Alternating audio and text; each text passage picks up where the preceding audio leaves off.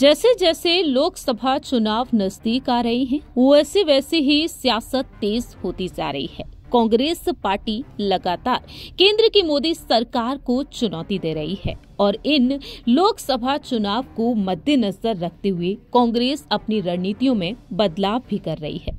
राजस्थान, मध्य प्रदेश और छत्तीसगढ़, इन तीनों ही राज्यों में कांग्रेस ने करारी हार का सामना किया है और इस हार के बाद इन तीनों ही राज्यों के दिग्गज नेताओं को अब अलग अलग राज्यों में जिम्मेदारी भी सौंप रही है कांग्रेस आलाकमान।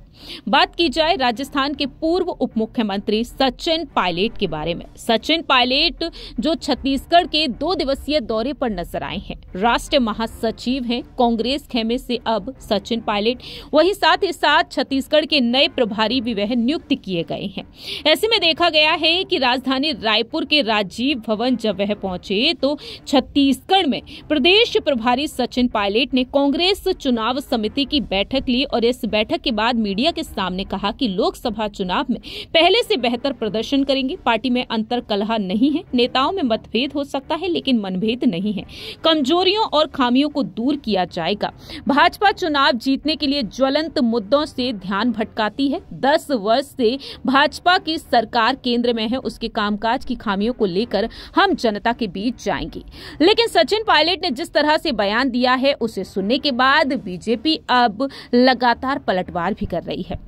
जानकारी दे दें कि छत्तीसगढ़ जब पहुंचे सचिन पायलट, उनका शानदार अंदाज में स्वागत किया गया। सोशल मीडिया पर उन्होंने तस्वीरें और वीडियो साझा की हैं। साफ तौर पर कहा है कि छत्तीसगढ़ में उनका भव्य स्वागत किया गया है। इस शानदार स्वागत को देखते हुए, उनके बयानों को सुनते हुए बीजेपी के नेता भी चुप नहीं है।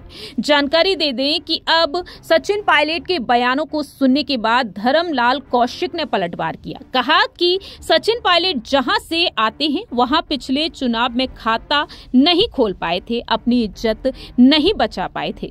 धर्मलाल कौशिक का कहना है कि वो छत्तीसगढ़ में 11 सीट जीतने की बात कर रहे हैं। यहां भी वही हालात होने वाले हैं जो पिछली बार राजस्थान में हुआ था। सचिन पायलट ने गुरुवार को पार्टी बैठक में 11 सीट जीतने की बात कही। जी हां, अब देखना होगा 11 सीटों पर जीत हासिल करने का दावा तो बीजेपी भी कर रही है, जो लोकसभा सीटें हैं छत्तीसगढ़ में। देखते हैं कि आखिरकार इस बार लोकसभा चुनाव में छत्तीसगढ़ से कितनी लोकसभा सीटों पर कांग्रेस जीत हासिल करती हुई नजर आएगी। फिलहाल इस खास रिपोर्ट में इतना ही। बाकी की तमाम अपडेट्स के लिए देखते रहिए नेक्स्ट 9 न्यूज।